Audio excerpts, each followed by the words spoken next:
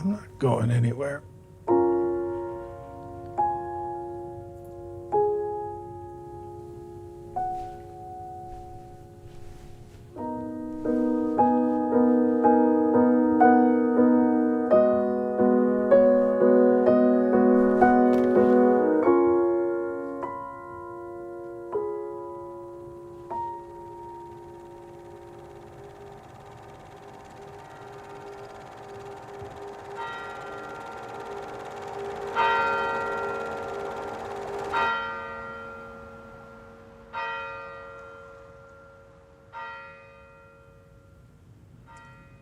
I wanted to do one of those things where, like you see in the movies, someone would have this paper when they're about to give this great, long, heartfelt speech, and then they have the little notes prepared.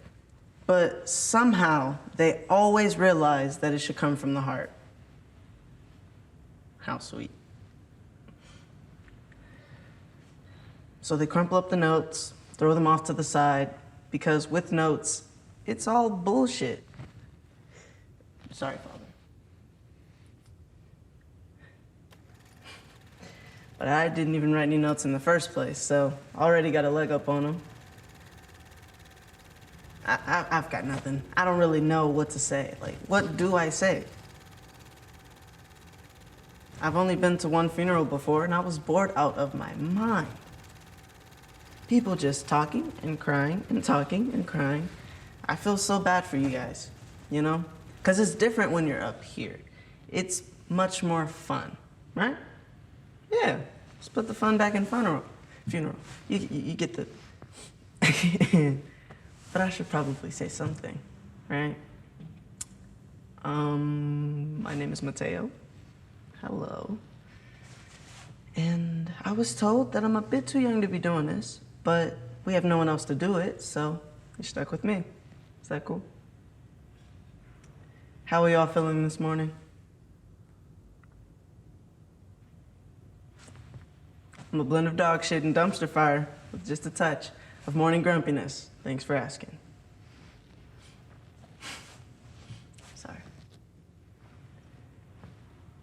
No familiar faces. Ed? Eddie? Hey, man. I haven't seen you in years. You're not gonna down me too, are you? I mean, who knows? You're getting to that age too. We'll see. But funny story. One time, I'm kidding, Eddie. You don't look a day over. Oh, hey, miss. Yeah, you. Who else would I be talking to? No, please don't leave. I'm going to get started, I swear, and you're still leaving. Okay. You don't want to miss this, would you? No? Got it all planned out. No notes needed. Well, her funeral. All right, here we go. Let's start with the basics, I guess. My uncle was 58 when he died. So young, but so old. A lifetime away from me. But he was born in the 60s, so he always got to live out the golden era. That's what he called it. With all the best movies and TV shows that I was raised on. Forcefully. You know, good guys, bad guys. He loved those. My uncle loved these stories, which is ironic because he wasn't the best storyteller, but he still insisted, you know? He would always be coming up with stories and asking me to make them into little movies with him.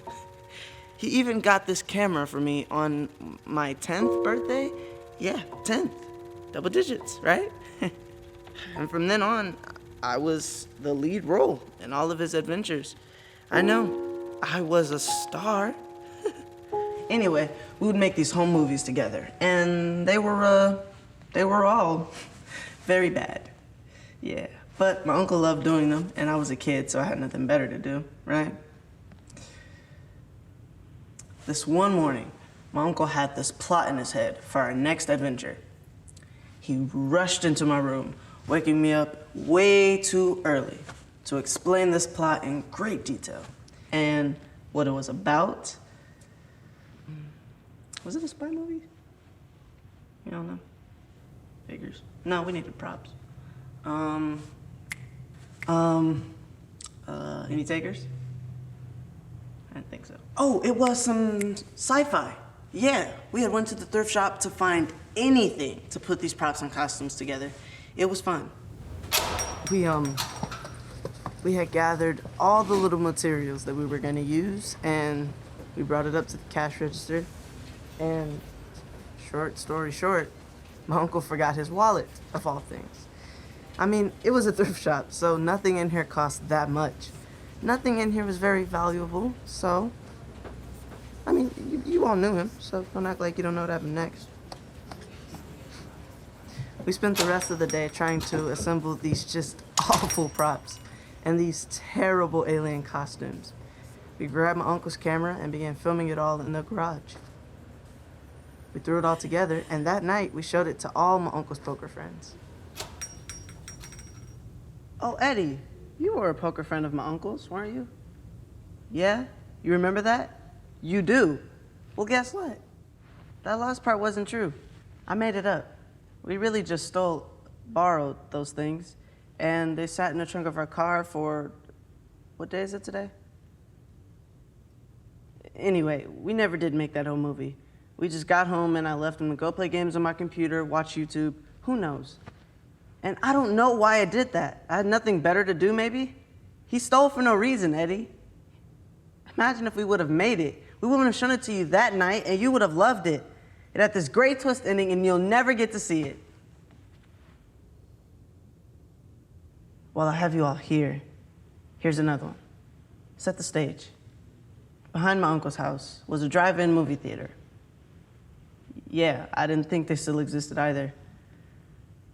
But my uncle loved this theater. They always played his favorite movies. And we did this funny thing, and it kind of became a tradition. My uncle knew these movies so well that we would leave before the grand orchestra, the end credits could roll, you know. Ah, dun, dun, dun, dun. So when the rest of the cars were leaving that night, we didn't have to deal with the hassle of that. Traffic. And on the car ride home, my uncle would just tell me how it ended. And I just realized I have no idea if those were the real endings or not. He probably was just making it all up. But I always liked the endings he told me, so even if they weren't the real ones. We did this almost every time. Almost. In the movie, some character's dad was about to die, and as his, son or something was holding him, begging for him not to go, the dad held out a locket. A heart-shaped locket. And in the car, I just burst out laughing because how dumb is that? A locket?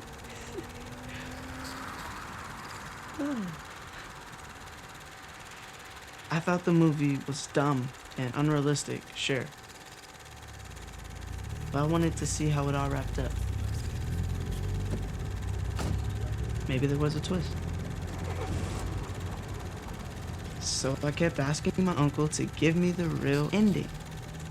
And I'd irritated him so much that he finally broke down.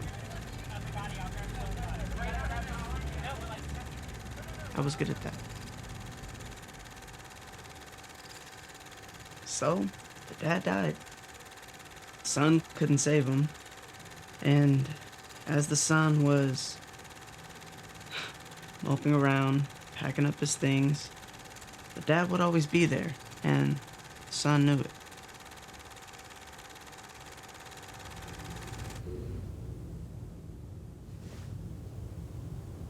There. Crack a window, let all the mush out. Wish I would have heard my uncle's ending. I mean, what else is there to say? A couple years later, he's on his deathbed. Don't ask me how or why. I couldn't tell you for the life of me. Pun not intended. I didn't go in the room that often. But I was lucky enough to be there at the very end, though. I don't have much of a story for this.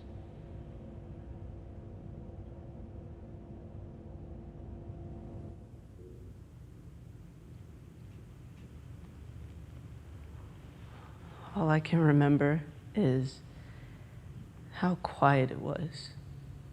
You know, it was just, I don't want to bum everyone out. I can see Eddie getting upset over there.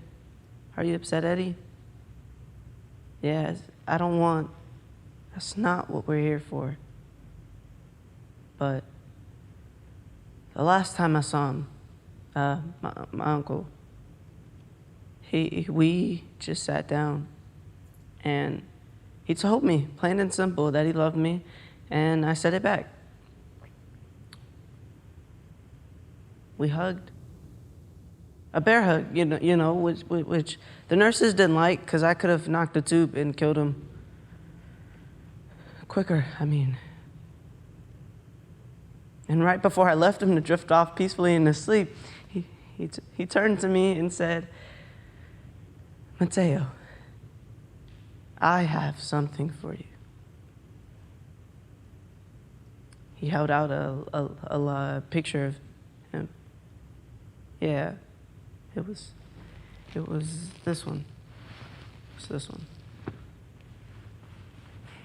Something for me to remember him by.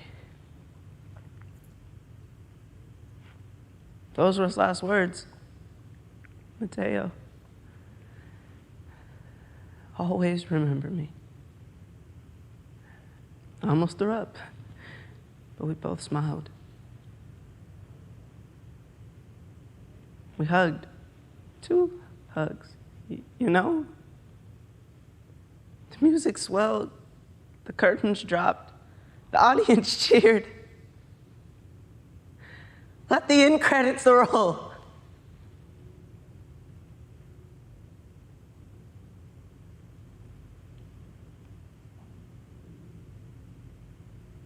That's all the time I have. Thank you for sticking with me.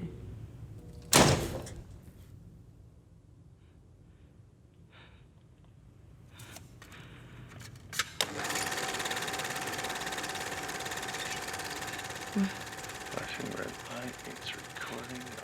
There it is. Okay. Hey, buddy. I'm not one for long speeches, so I'm not going to give you one. But happy birthday. You know, you're 10. You make double digits, man. All right. I remember my first beer. It was so funny. But this morning, you were so upset that I didn't get you anything for your birthday. You can't believe that this camera was for me, because I don't even know how to use the damn thing. Boy, I can't be getting that old, can I? I don't have a clue when you're going to be seeing this. Hopefully soon. But anyway, happy birthday, kiddo. You know, in a couple of years, you're going to look like me.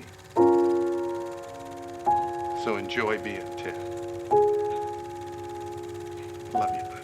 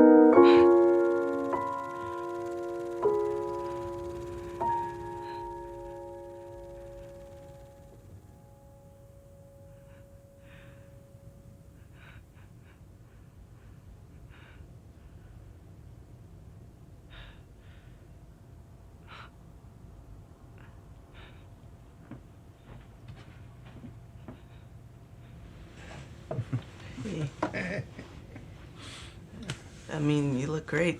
The tubes really bring out your eyes. I'm getting plenty of beauty sleep here. Oh, I can't think of anything to say. The one time I can't think of something to say. you don't say anything. I'm not going anywhere. Hey, Mateo. Mateo, look at me. I left your camera in your room. Please, don't pack it away. Please. I don't have any lockets to give you. It's like, goddamn joke of a life anyway. I got tubes hanging out of me. If they put one more tube in me, I'm gonna pull the plug myself. That's it. Okay. Hey, you know I'm gonna have fun as a ghost. I'm gonna come back and scare the shit out of you every 5 minutes.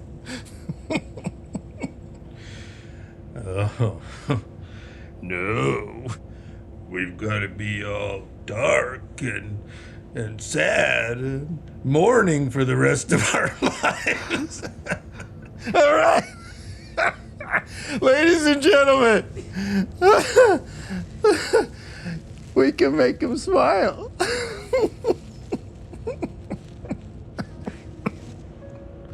Oh, hey, bud. I tell you, I'm not going anywhere.